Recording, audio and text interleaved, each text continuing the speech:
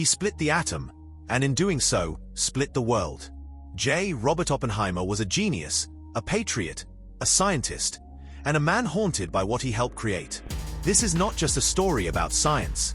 It's about power, guilt, and the terrifying moment when one man realized he changed humanity forever. Because when the bomb dropped, it wasn't just the world that shattered. It was Oppenheimer himself. Born in 1904 in New York City to a wealthy Jewish family, J. Robert Oppenheimer was no ordinary child. He was reading physics textbooks before most kids could do multiplication. At Harvard, he devoured philosophy, poetry, and science all at once. But it wasn't until he went to study quantum mechanics in Europe that he found his true obsession: the atom. Back then, atomic physics was like the Wild West. No one knew how far it could go. But Oppenheimer? He wanted to push it to the edge. He was brilliant, charismatic, mysterious, but also fragile. He struggled with depression and emotional isolation. Behind the sharp mind was a man who felt everything too deeply. Then came World War II. And with it, a terrifying race. Nazi Germany was working on an atomic bomb. The United States couldn't afford to fall behind. So in 1942, the US military launched the Manhattan Project, a secret operation to build the world's first nuclear weapon. Oppenheimer was chosen to lead the scientific effort. Think about that.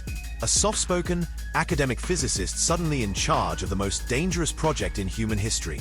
He gathered the brightest minds on Earth and built a secret city in the New Mexico desert, Los Alamos. They worked under constant pressure, secrecy, and fear. Many didn't even know what they were building, only that it could end the war, or the world. As the pieces came together, so did the weight of what they were doing. They weren't just unlocking energy. They were creating a godlike weapon.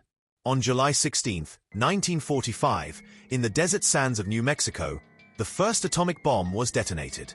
It was called Trinity, a flash brighter than the sun, a shockwave that turned sand into glass, and a silence afterward that felt biblical.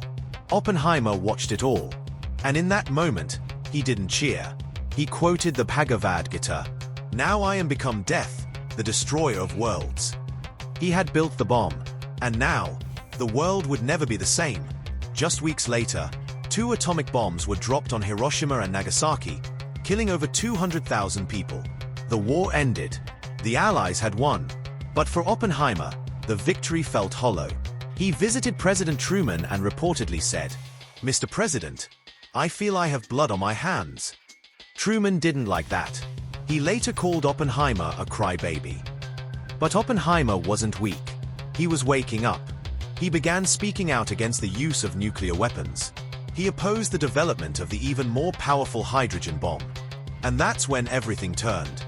In the Cold War paranoia of the 1950s, Oppenheimer's former friendships with left-leaning thinkers and his growing resistance to nuclear escalation made him a target. The same government he had served now branded him a security risk. He was dragged before a secret tribunal, accused, humiliated. His security clearance was stripped. His reputation shattered. Oppenheimer, the man who helped build the bomb, was now cast out of the very world he had shaped. It was a political betrayal, but also a philosophical one, because Oppenheimer didn't fear science. He feared what people would do with it. Oppenheimer spent the rest of his life teaching, writing, reflecting. He never built another weapon, and in 1967, he died of cancer at age 62. But the legacy he left behind? It's complicated. He was a man of vision who gave birth to destruction, a scientist who made the greatest leap, and then questioned if it should have been made at all. Today, we still live in the world he helped create, a world where we carry the power to end everything. But maybe that's the final lesson from Oppenheimer. That brilliance must walk hand in hand with responsibility. That power means nothing without wisdom. And that some questions, like the atom, once split, can never be unbroken. J. Robert Oppenheimer once said, "In some sort of crude sense which no vulgarity, no humor, no overstatement can quite extinguish, the physicists have known sin." He wasn't talking about religion. He was talking about knowledge. Because sometimes, knowing is the most dangerous thing of all. And he knew more than anyone.